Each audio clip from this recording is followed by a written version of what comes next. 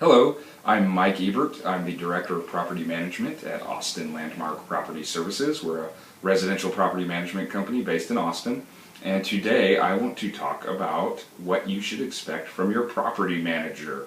We enter into contracts as landlords and, you read blogs, you read articles about, what a good property manager does or what you should expect from them. And you get a lot of different opinions. You see people that say the property should be inspected every 2 weeks, or you have a property manager and that's going to save you from having problems. You'll never have an eviction and your tenant will never pay late and there will never be a nonsense repair. Really, a property manager gives accountability to the situation. That's really the main thing that a property manager should do. So let's talk about setting expectations, what you should expect. And if you have certain expectations, you need to talk about them at the interview process. You can't just say, well, this is the way my property manager does it over here, or I've been a landlord before and I've always done it like this. It's really whatever the contract says. So you need to make sure that you have a meeting of the minds with your property management company, and that you have a meeting of culture, and that you're aligned on those things, because just like real estate agents, there's lots of different types of property management companies, and there's different styles of property management. You don't always need a pit bull, and you don't always need somebody maybe too nice. It's really about balance. So really, I want to talk about several points that you should really hit with your property manager before you sign a contract, or things to look for in the contract.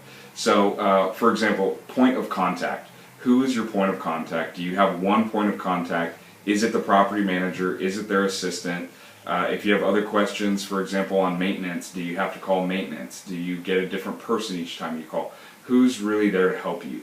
At Austin Landmark Property Services, we have portfolio property managers, and they are the client's main point of contact, no matter what the question or issue is. So whether it's an accounting or a maintenance question, that property manager is there talking with that client about it. And in that way, we get to know you better as our clients, because we're talking with each other more instead of with other people in our office. And also, we get to know the property better, because if the property managers never talk about or deal with maintenance at all, then how are they going to know about any of the maintenance issues with your property? So although I do have a maintenance coordinator that helps with the maintenance scheduling and things like that, the property managers are your main point of contact, which really gives us a better view of your property and your needs as a client. What kind of communication do you expect? Do you expect an email from your property manager every week? Or do you just want to see the statement? Typically with us, we're here to communicate. The majority of our job is communication, but the point is to get the project and the home and the lease on a great playing field where we're not having to communicate a lot. So you need to talk about that kind of regular communication, which leads us right into the decision-making process. How comfortable are you with your property manager making decisions, financial decisions on your behalf? That's spelled out in your contract, and it is the authority of a property manager to spend your money and fix your house and things like that. You need to determine where your comfort levels are with that, and you need to look at what your contract says with your property manager, and you need to walk through that. When I interview prospective clients, I get a lot of questions about, if this happens, if this repair comes up, how will you handle it? And you need to have consistency, especially if you work with a team like us. There needs to be consistency within your management team about that decision-making process and how it's handled.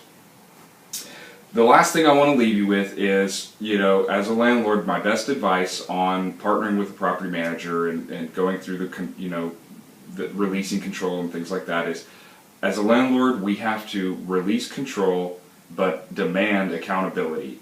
So yes, your property manager is controlling the situation, and they should be, but they should be absolutely accountable to you and be able to help you with any questions that you have or any projects that you want them, their assistance with. So I hope these are some good points for you for understanding what you should expect from your property manager. Thanks for watching.